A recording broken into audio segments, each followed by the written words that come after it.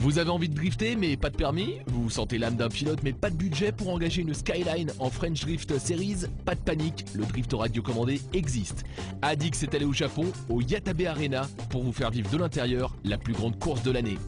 Le drift RC pour radiocommandé prend officiellement son envol en 2004 au Japon, grâce à la marque Yokomo et à Masami Hirosaka, le pilote vedette de ce constructeur spécialiste de la voiture radiocommandée. C'est en se rendant comme simple spectateur sur une manche de D1, le championnat de drift professionnel, que Masami a eu l'idée du siècle. Et si Yokomo réalisait des caisses radiocommandées de drift? Yokomo, qui vendait déjà dans le monde entier un châssis d'entrée de gamme à l'échelle 1/10, 30 cm de long, n'avait plus qu'à l'adapter à la technique du drift.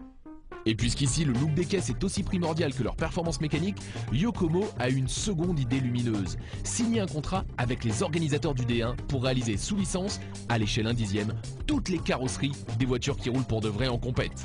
350Z d'Imamura, Subaru de Kimakubo, Silvia de Kazama, toutes les stars de la discipline sont dispo au catalogue. Au final, lors de cette manche de drift radiocommandé, ce sont plus de 120 pilotes qui ont fait le déplacement dans la banlieue de Tokyo. En team officiel ou en famille, ils sont venus pour se faire plaisir et pour apprendre à drifter au contact des meilleurs. Et ce n'est pas Drift Samurai, pilote officiel de drift au Japon, qui dira le contraire. Il est fier de poser devant sa voiture de compète, échelle 1, tout en tenant dans ses mains la réplique exacte à l'échelle 1/10. Drift Samurai est un personnage important dans l'organisation des courses de drift radiocommandé. Son look ne passe évidemment pas inaperçu, mais attention, c'est aussi l'un des juges officiels de la compétition. Comme dans une vraie compète automobile, pilotes et mécaniques ont droit à des stands ouverts.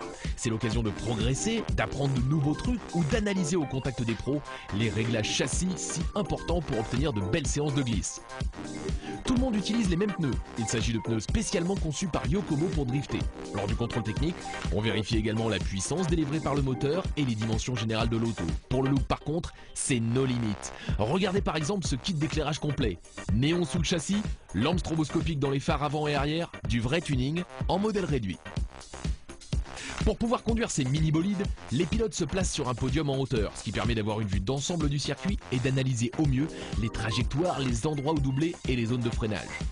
Le balisage est réalisé à partir de cônes qui n'endommagent pas ou peu les carrosseries. Il arrive pourtant qu'à certains endroits, les caisses soient très proches des murs extérieurs et quand ça tape fort. Heureusement, les carrosseries sont réalisées en polycarbonate et se déforment sous le choc. Même après un gros carton, la voiture peut repartir sans dommages mécaniques. Fort ou pas? Les 120 pilotes sont répartis en 3 catégories, débutants, experts et D1, qui regroupent les pilotes pro sponsorisés. Cela permet à chacun de rouler avec des pilotes de son niveau. Ensuite, les pilotes sont regroupés 8 par 8, sous forme de poule. À chaque run, les 3 meilleurs passent à l'étape supérieure. Ainsi, chaque pilote peut rouler plusieurs fois par jour, même s'il n'est pas très doué. Masami Hirosaka nous explique comment les pilotes sont notés.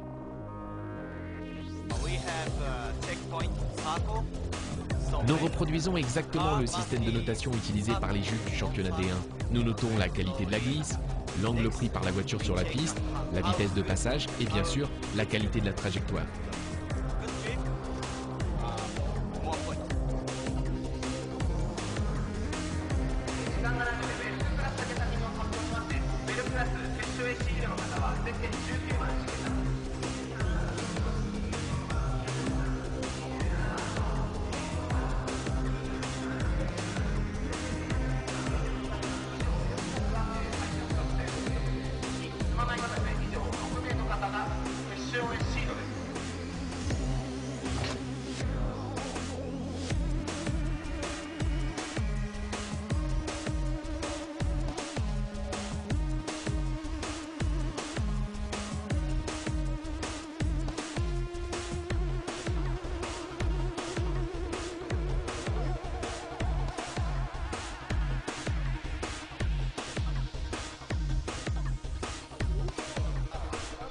Juste à côté du circuit, Yokomo met à la disposition des visiteurs et des pilotes un véritable magasin en miniature. On peut tout acheter.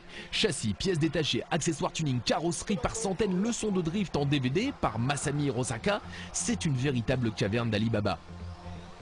Les vendeurs sont de vrais pros et peuvent vous aiguiller sur la pièce à acheter d'urgence ou plus simplement pour vous apprendre à poser des stickers sur votre carrosserie. Comme souvent au Japon, le mot service a ici une vraie signification.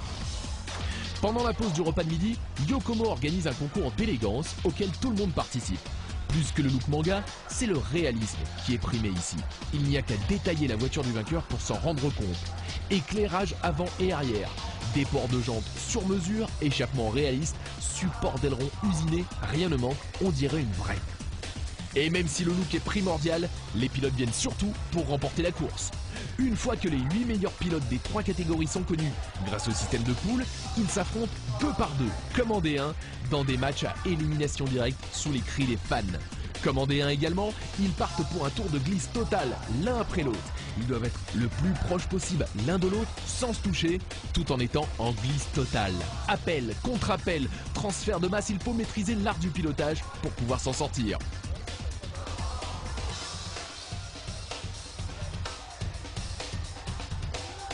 Au final, les pilotes présents sur le podium de chaque catégorie repartent avec des lots pour la prochaine course. Quant au vainqueur de la catégorie D1, il repartira avec un chèque de 30 000 yens, soit 180 €. C'est pas mal pour drifter avec une voiture radiocommandée.